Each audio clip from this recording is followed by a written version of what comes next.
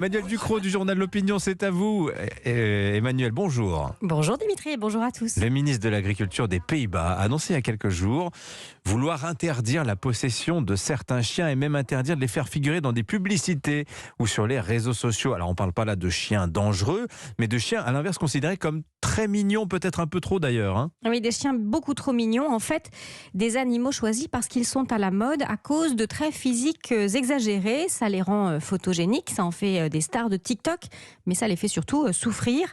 Le ministère de l'Agriculture des Pays-Bas est en train d'élaborer une liste de ces caractéristiques anatomiques qui sont la cause pour les animaux de supplices permanents. Alors justement, quel genre de caractéristiques anatomiques sont visées par le ministère néerlandais ? On parle en premier lieu des chiens dits brachycéphales, c'est-à-dire en bon grec avec un crâne court, ce qui va avec un nez écrasé et des yeux globuleux.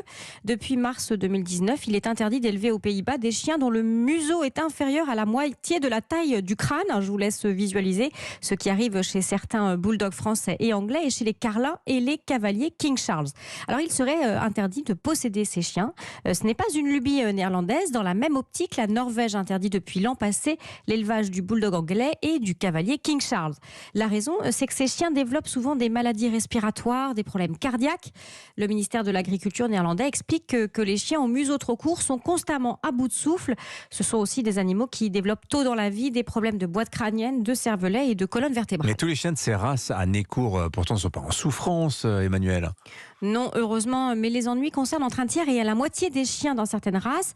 Ça s'explique assez facilement et tristement. On recherche ces chiens pour un type précis de morphologie et plus elle est typée, mieux c'est. Mais en fait, pire c'est.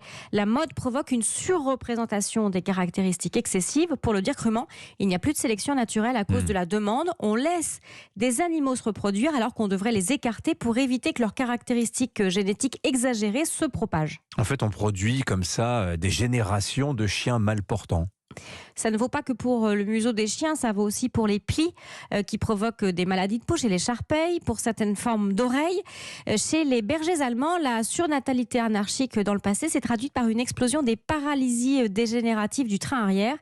Et les animaux victimes de la mode, comme des influenceuses, craquant sur Instagram, mais en peine dans la vie réelle. Donc le problème, en fait, c'est qu'il y a un marché pour ces chiens mal portants. Et oui, la demande pour ces chiens stars des réseaux sociaux, la méconnaissance des futurs maîtres, le manque de scrupules de certains éleveurs et puis des importations de chiens venus de pays de l'Est sans beaucoup de contrôle sont à l'origine de ce phénomène. Et pour l'endiguer, bien une seule solution, interdire d'acheter et de posséder les chiens, c'est mettre un coup d'arrêt à leur viralité. C'est terrible. Ça paraît cruel, mais c'est pour leur bien. Merci beaucoup Emmanuel Ducrot du journal L'Opinion. Votre chronique à retrouver comme chaque jour sur europe1.fr ou dans l'appli Europe 1. Merci à vous.